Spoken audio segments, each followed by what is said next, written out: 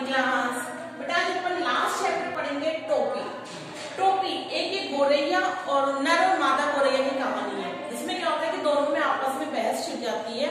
जो मादा गोरैया होती है वो कहती है कि जो इंसान है वो कपड़ों में कितने सुंदर लगते हैं कपड़े जब पहनते हैं तो जो नर गोरैया है वो इसकी बात को काटता है कि नहीं, कपड़े पहनने में कौन सुंदर लगता है, हम तो ऐसे ही इतने सुंदर लगते हैं। तो अचानक मादा गोरैया को एक रुई का पुआ मिल जाता है और वो किस तरह उस रुई से सुंदर सी टोपी बना लेती है वो सब इस कहानी में है। ठीक है, निकालिए। एक थी गोरैया और एक था नर गोरैया, दोनों एक दूसरे के परम संगी। जहां जाते जब जाते साथ जाते, साथ हंसते साथ रोते, एक साथ खाते एक साथ सोते। भिनसार होते, भिनसार का मतलब होता है सुबह होते। ठीक है, खोते से निकल पड़ते, दाना चुगते चुटपुट खोते, खोते में आविष्टे, खोते मतलब बिल में। ठीक है, थकान मिटाते सारे दिन के देखे सुने में हिस्सेदारी बटाते। एक शाम गवरिया बोली, गोरैया बोली, आदमी को देखते हो कैसे रंग बिरंगे कपड़े पहनते हैं, कितना फपता है, मतलब कितना सुंदर लगता है उन पर वो कपड़े। खाक फपता है, अच्छा लगता है। गबरा कपाक से बोला, कपड़ा पहन लेने के बाद तो आदमी बदसूरत लगने लगता है। गोरैया कह रही कि आदमी कपड़ा पहनता तो कितना सुंदर लग रहा है, लेकिन जो गबरा है वो कहता है कि नहीं, कपड़े पहनने के बाद तो वो बदसूरत लगता है। लगता है आज नटजीरा चुक गया।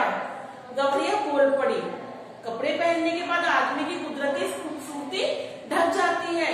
गबरा बोला कि भाई कपड़े पहनने के बाद जो खूबसूरती है वो ढक जाती है। अब तू ही सोच, अभी तो तेरी सुगढ़ काया का एक एक कटाव मेरे सामने है, रोवे रोवे की रंगत मेरी आंखों में चमक रही है। अब अगर तुम मानुष की तरह यानी मनुष्य की तरह खुद को सरापा यानी कपड़े से ढक लोगी तो तेरी सारी खूबसूरती ओझल यानी गायब हो जाएगी।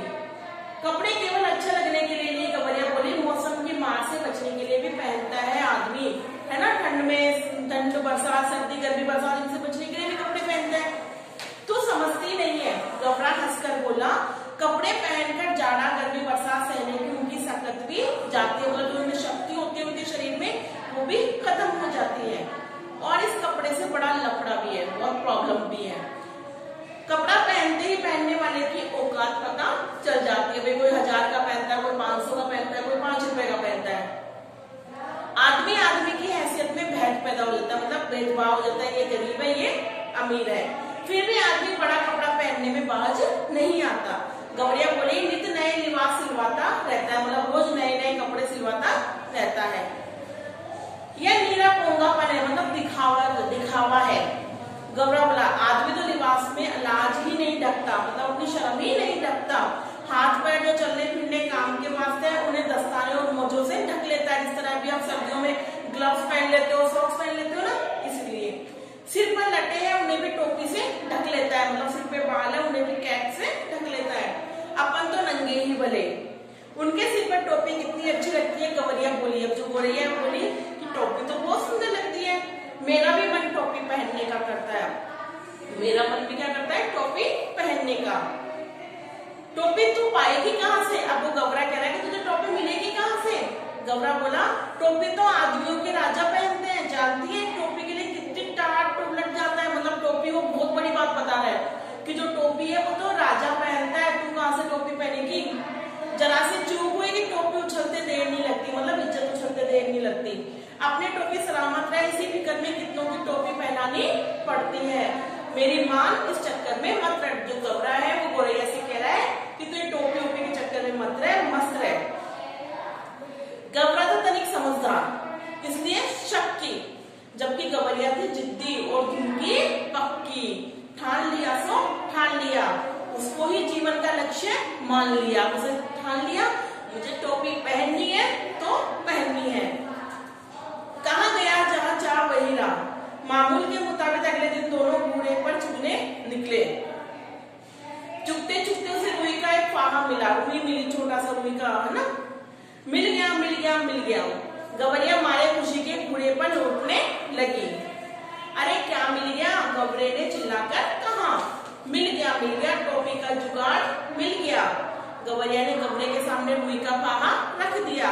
तेरे जैसा ही एक बाबरा और था, गबरा बोला। रास्ता चलते चलते उसे अचानक एक दिन पड़ा हुआ चाबुक मिल गया। चाबुक जानते हो ना बेटा? चाबुक था बड़ा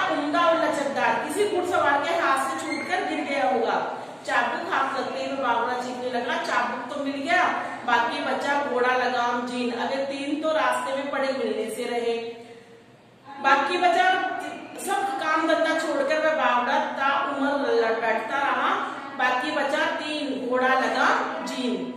गबरा को समझाते बोला, रुई के पोए से टोपी तक का सफर बहुत बड़ा है, तुझे अभी कुछ भी पता नहीं है क्या कि रुई के वो है, उससे धागा बनेगा, फिर उसको कोई सिलेगा, फिर टोपी बनेगी, तो बहुत लंबा है। बस देखते जाओ कैसे बनती है टोपी। गोरैया ने कहा। गोरैया रुई का पोहा ले दुनिया के पास चली गई और बड़े मनवान से बोली, दुनिया भैया इस रुई को पोए को धुन दो। जो रुई को धुनता है ना उसके पास गई। सबसे पहले कहाँ गई? दुनिया के पास। ठीक है, दुनिया बेचारा बूढ़ा था, जाड़े का मौसम था, जाड़े यानी सर्दी का मौसम था। उसने तन पर वर्षों पुरानी तार हो चुकी मिजेड़ पड़ी हुई थी, मतलब फटी हुई चादर पड़ी हुई थी। वह कांपते हुए वो बोला, तू जाती है कि नहीं? देखती नहीं अभी मुझे राजा जी की रजाई बनानी है। यह एक तो यहाँ का राजा ऐसा है जो चाम का दाम चलाता है, मतलब बिल्कुल कम पैसे देता है। ठीक है, ऊपर से तू आ गई फोकट में रुई, फोकट यानी फ्री में रुई धुनवाने। उजर नहीं करो भैया, मतलब गुस्सा मत करो भैया। गवैया बोली, मैं तुम्हें पूरी उजरत दूंगी, मतलब मैं तुम्हारी मेहनत का पूरा पैसा दूंगी। इसे धुन दो भैया, आधा तुम ले लेना, आधा मैं ले लूंगी। उसे रुई दी, उसने कहा धुन देना, आधा मेरे को दे देना और आधा आप रख लेना। दुनिया को अपनी जिंदगी में आज तक इतनी खरी मजदूरी कभी ना मिली। 16 आने में 8 आने मजदूरी, मतलब वो आधा आधा करती ना, तो उसने कहा कि आज तक कभी ऐसा हुआ नहीं। तो इसके लिए सपना थी, वह झट तैयार हो गया। धरचो उसकी ताती बज उठी। उसने बड़े ही मन से रूली धोई, तो लो इसे। उसने आधा सुनिया ने ले लिया और आधा गवैया को। तो सबसे पहले कहाँ गई वो? दुनिया के पास। अपनी रुई को धुनाया, आधा दुनिया को दिया और आधा गोरैया को। उसने उत्साहित होकर कोरी के यहाँ गए और कहने लगे, कोरी भैया इस धुनी रुई में सूत काट दो। अब धुनी रुई तो धुन गई, अब उसका सूत यानी कि धागा बनाना है। तो कहाँ गई वो? कोरी के पास कि इस धुनी हुई रुई का सूत बना दो। कोरी की कमर झुकी हुई थी, उसने बदन पर दर्जी हो चुका है, गुस्सा डाल रखा था, कोई फटा हुआ सा कंबल सा। बड़ी अनिच्छा से बोला, तुम लोग यहाँ से भागते हो कि नहीं? देखते नहीं अभी मुझे राजा जी की आजकल के लिए सूत काटने हैं, मुझे फुर्सत नहीं है मुफ्त में मल्ला लगाने की। वो कह रहे मैं फ्री में कुछ काम नहीं करूंगा, जाओ मैं राजा जी सूत काट रहा हूँ। भैया इस मुल्क में सब काम राजा जी के लिए होता है क्या? भाई दुनिया के पास नहीं, वो भी राजा का काम कर रहा था, कोरी के पास है, वो भी राजा का काम कर रहा था। गोरैया चर से बोली, तो किस मुल्क से आई है? कोरी ने उसे आंख पर देखा। जानती नहीं, यहाँ का चलन खट मरे बरगा, बैठा खाए तुरंत, यहाँ सब काम राजा जी के नाम पर ही होता है, राजा जी के लिए ही होता है। राजा जी के लघुए भगवे भी तो बहुत है, इसी में उनका भी काम हो जाता है। मतलब सिपाही आए, राजा जी का नाम ले और अपना काम करवा गया। मतलब जो भी कोई काम होता है सब राजा जी के नाम पे ही होता है। मुकरो मत भैया, हम तुम्हें माकूल मुआवजा देंगे, मतलब हम पूरी तुम्हारी जो भी मेहनत है वो देंगे। गोरैया बोल पड़ी, इसे काट दो, आधा तुम ले लो और आधा मैं ले लूं। दुनिया से भी इसने आधा दिया था और अब कोरी से भी यही बोला। कोरी भी तैयार हो गया। बाजी मजदूरी पे काम नहीं करना मुक्त होता है। तन तन करके उसने तकली चरखी तैयार करने लगी। काफी महीन और लचदार सूत काट दिया। कदम कदम पर मिलते कामगार के सहयोग से गवैया को आगे बढ़ने पर उत्साह दिया। उसके कहने पर वो एक बुनकर के पास गई। देखो जी, पहले कहाँ गई थी? दुनिया के पास रुई को धुनाया, फिर कोरी के पास सूत बनवाया, अब कहाँ चली गई? बुनकर के पास। बुनकर भैया इस कते सूत से कपड़ा बुन दो। अब वो क्या बनवाने गई है? कपड़ा। बुनकर ने आग बग होकर देखने लगा, हटते हो कि नहीं यहाँ से? देखते नहीं अभी मुझे राजा जी का बागा बुनना है, पहनने का चोला। अभी थोड़ी देर बाद ही राजा जी के कारिंदे यानी कि उनके सिपाही हाजिर हो जाएंगे।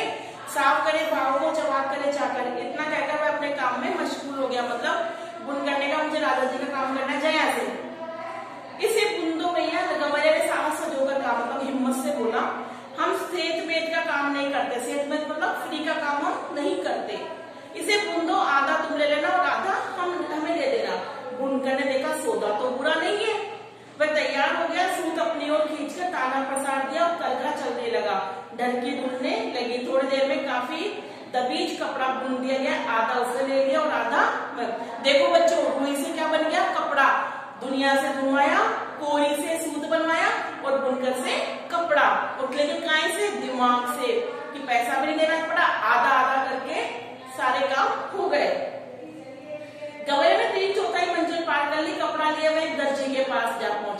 दर्जी भैया टोपी सिल दो। खिसकती हो कि नहीं यहाँ से? दर्जी रोष में बोला, गुस्से में बोला। देखते नहीं राजा जी की 7वीं रानी की 9 बेटियों के बाद 10वां बेटा पैदा हुआ है। अब दशरथन के लिए मुझे ढेरों जब्बे सिलने, जब्बे होते हैं ना। दर्जी ने माथे का पसीना पोंछते हुए ठंडी आह भरी, कुछ देना न लेना पर माथे पसीना, क्योंकि राजा जो भी काम करता फ्री में कराता था, तो वैसे ही टेंशन में था, गुस्से में था, ऊपर से गौरैया और पहुंच गई, तो वो उस पर गुस्सा करने लगा। हम तो भैया बेगार में कुछ करवाते नहीं है। गौरैया बोली, इस बुने कपड़े की टोपी सिल दे, बल्कि 2 टोपी सिल दे, एक तू ले लेना और एक हमको दे देना। मुंह मांगी मंजूरी में कौन मुझे तैयार न होगा, मतलब कौन कंजूस आदमी तैयार ना होगा। कच कच उसकी कैंची चली, उठी और चूहे की तरह सरसों उसकी सुई कपड़े के भीतर बाहर होने लगी।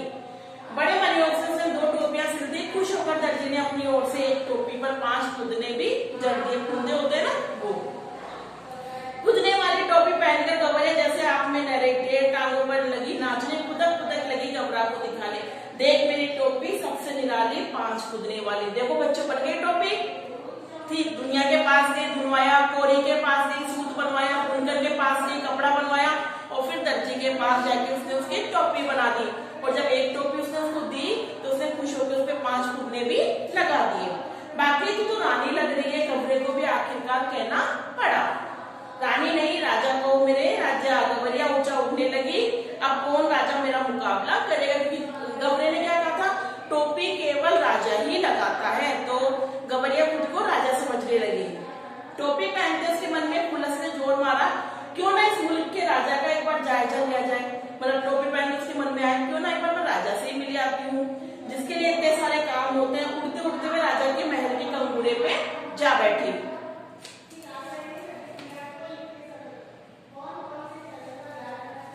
उसी वक्त राजा अपने चौबारे पर टहलुओं से खुली धूप में फुलेल की मालिश करवा रहा था। मतलब अपने जो सिपाही थे उनसे अपने तेल की मालिश करवा रहा था। राजा उस वक्त नंगा बदन और नंगे सिर पर था। एक टहलुआ सिर पर चंपी कर रहा था और दूसरा हाथ पांव की उंगलियां कोड़ रहा था, मतलब उंगलियां खींच रहा था। तो तीसरा पीठ पर मुक्की मार रहा था। चौथा पिंडलियों पर बूटी काट रहा था। मतलब मजे से ऐसे वो मालिश करवा रहा था 4-5 लोगों से। गौरैया कंगूरे पे से चिल्लाई, मेरे सिर पर टोपी, राजा के सिर पर टोपी नहीं, राजा के सिर पर टोपी नहीं, क्योंकि राजा तो बिना टोपी के लेटा हुआ था। तो चिल्लाई कि मेरे सिर पर टोपी, राजा के सिर पे टोपी नहीं। मालिश करवाते राजा की नजर गौरैया से टकरा गई। गौरैया के सिर पर कूदने वाली टोपी देखकर उसकी अकल चकरा गई। वह लगातार रटे जा रहे थे, मेरे सिर पर टोपी, राजा के सिर पर टोपी नहीं। अरे कोई मेरी टोपी लाओ जरा जल्दी। राजा दोनों हाथों से अपना सिर ढकते हुए चिल्लाया। टोपी आ गई, राजा ने झट पहन ली। देख ली खुदगुंदी, मतलब उसको बोला, मेरी टोपी में 5 कुंदे। गौरैया दूसरा ही राग लापना शुरू कर दिया। राजा की टोपी में एक भी नहीं, मेरी टोपी में 5 कुंदे, राजा की टोपी में एक भी नहीं। राजा को बेहद बेहटी महसूस हुई। इस मुल्क में महाबली राजा के सामने एक चिड़िया की है मजाल। पूरी तरह बिगड़ गए। गर्दन मसल लो, पंख नोच लो, सिपाहियों देर न करो, गुस्सा आ गया अपने सिपाही का, पकड़ लो इस चिड़िया को, गौरैया को, और इसको पंख इसके तोड़ दो। क्षमा करे महाराज, मतलब क्षमा करे। मंत्री ने हाथ जोड़ दिया। मच्छर मारकर हाथ क्यों गंदा करना, अपने आप चली जाएगी। उन्होंने कहा, इसको मारकर क्यों हाथ करना, अपने आप चली जाएगी। तब राजा सिपाही से बोला, ये ऐसे नहीं मानेगी, इसकी टोपी छीन ले आओ, मैं इसे पैरों में ठोकर मारूंगा। उसने क्या कहा कि जो इसकी टोपी है उसके छीन के ले आओ। एक सिपाही ने गुलेल मारकर गौरैया की टोपी नीचे गिरा दी, तो दूसरे सिपाही ने झट टोपी लपक ली और राजा के सामने पेश कर दिया। टोपी को पैरों में नजर नहीं जा रहा था, किसी खूबसूरती देखकर दंग रह गया। कारीगर के नायाब नमूने को देखकर वह जड़ गया। मेरे राज में मेरे सिवा इतनी खूबसूरत टोपी दूसरे के पास कैसे पहुंची। सोचते हुए राजा उसे उलट पलट कर देखने लगा। टोपी बहुत सुंदर थी, तो उसने कहा, मैं राजा हूँ, मेरे लिए इतनी सुंदर टोपी नहीं है, इसके लिए कैसे बन गई। इतनी नगीना टोपी इस मुल्क में बनाई किसने। राजा के मन में ख्याल आया, अब तो नर्मद कारीगर की खोज लगी, राजा चाहे पता न चले। गिरते पड़ते दर्जी हाजिर हुआ। दुहाई अंदाता, इतनी बढ़िया टोपी तुमने कभी हमारे लिए क्यों नहीं बनाई। मेघों के गड़गड़ाहट के मानिंद राजा की आवाज निकली। दुहाई अंदाता, हमें दुहाई नहीं बजे बताओ। कपड़ा बहुत उम्दा था, मतलब कपड़ा बहुत अच्छा था सरकार, एकदम गफश और दबीज। ऐसा उम्दा कपड़ा किसने बुना। नाक के मानिंद राजा खूब मारने लगा और गिरते पड़ते बुनकर आगे। पहले दर्जी आया, दर्जी ने कहा कपड़ा बहुत अच्छा था, इसलिए इसकी टोपी बहुत अच्छी बनी। तो अब किसको बनाया, बुनकर को। माफी नहीं बजे बताओ। सूत बड़ा उम्दा था, मतलब सूत था वो बहुत अच्छा था सरकार, रिश्तेदार। इतना महीन सूप किसने कहा था? शेर की मानूस राजा ने दहाड़ मारी। गिरते पड़ते कोड़ी हाजिर हुआ। जान बख्शो महाराज, जान नहीं वजह बताओ। रुई बड़ी बेहतरीन थी, मतलब रुई बहुत अच्छी थी। सरकार एकदम बादलों की तरह धुनी हुई। इतनी बेहतरीन रुई किसने धुनी? बिजली की तरह राजा की आवाज कड़की। हाँफते छाती पीटते दुनिया भी हाजिर हुआ। क्षमा आनंद आता है, मुझे माफ करो। क्षमा नहीं वजह बताओ। राजा गुस्से में कांप रहा था। तुम चारों ने मिलकर इस गवरिया का काम किया, इसके लिए आज तक ऐसा काम, हमारे लिए आज तक ऐसा काम क्यों नहीं किया? आपके लिए किया है सरकार। दुनिया ने जमीन पर लेट कर कहा आगे भी आपके लिए ही करेंगे। हमारे लिए अब तक जो काम हुआ उसमें इतनी नफासत क्यों नहीं, मतलब इतनी सुंदरता क्यों नहीं है? अबे दाम दे तो बोलूं सरकार। दुनिया बोला चलो दिया। राजा बोले अब बताओ। महाराज इस गवरिया ने जो भी काम कराया वो आधा हिस्सा देती गई। देखो बच्चों, हम किसी से भी अगर कोई काम कराते हैं उसकी मेहनत अगर हम देते हैं तो सामने वाला बहुत अच्छे से उस काम को करता है। तो वही गवरिया ने किया। जिसके पास बहुत कुछ है वह कुछ नहीं देता। राजा के पास तो इतनी धन दौलत थी लेकिन वो फिर भी फ्री में काम कराता। तो फ्री में जब कोई काम करवाता है तो काम अच्छा नहीं होता। उसके पास कुछ भी नहीं था फिर भी आधा देती थी, इसलिए उसके काम में अपने आप नफासत आती गई। सरकार दुनिया दंडवत किए जा रहा था। देख ले राजा, आंख में उंगली डालकर देख ले, इसके लिए पूरे मोल चुकाए हैं। मतलब उसने गौरैया ने कहा कि मैंने फ्री में नहीं किया है। बेकार ही नहीं है। गवरिया फिर चिल्लाने लगी है राजा की तो कंगाल है, नीरा कंगाल। इसका धन घट गया, इसकी टोपी तक नहीं जुटती, तभी इसने मेरी टोपी छीन ली। राजा ने बाकी अकबका गया। एक तो तमाम कारीगरों ने उसकी मदद की, दूसरे इस टोपी के सामने उसकी टोपी कम सुंदर थी। तीसरे खजाने की खुलती पोल कि भाई इसके खजाने में तो कुछ भी पैसा नहीं है। इस बाकी को कैसे पता चला कि धन घट गया, मतलब धन कम हो गया। तमाम बेकार करवाने बहुत सख्ती से लगान वसूलने के बावजूद राजा का खजाना खाली ही था। इतने ऐशो आराम, इतनी लश्करी और इतने लाभार्थियों का बोझ खजाना संभालेंगी तो कैसे? तमाम लोग निकल आए या अनोखा तमाशा देखने। मंत्री ने ओले से कहा यह मुंह फट है महाराज, बेपर्दा करके दम लेगी। किसके लिए कहा? ये गौरैया के लिए। राजा तो खुद घबरा रहा था, झट से बोल पड़ा इसकी टोपी वापस कर दो। किसकी? गौरैया की। सिपाहियों ने कहना माना, टोपी वापस कंगूरे की और हवा में उछाल दी। गवैया ने फिर टोपी पहन ली और उड़कर कहने लगी यह राजा तो डरपोक है, नीरा डरपोक, मुझसे डर गया तभी तो उसने मेरी टोपी लौटा दी। कौन इस मुंहपट के मुंह लगे? क्यों मंत्री जी? कहकर राजा ने अपनी टोपी कसकर पकड़ ली। तो देखो बच्चों कैसी लगी आपको कहानी? अच्छी थी ना? तो इस कहानी से क्या शिक्षा मिलती है कि हमें अपना कोई भी काम किसी से फ्री में नहीं कराना चाहिए। अगर हम उसकी पूरी मजदूरी देते हैं तो वो काम बहुत ही अच्छे से होता है। आज क्या करना है? चैप्टर पढ़ना है और ये इसके शब्दार्थ आपको करने हैं। ठीक है, ये सारे शब्दार्थ आपको करने हैं और चैप्टर पढ़ना है। Thank you.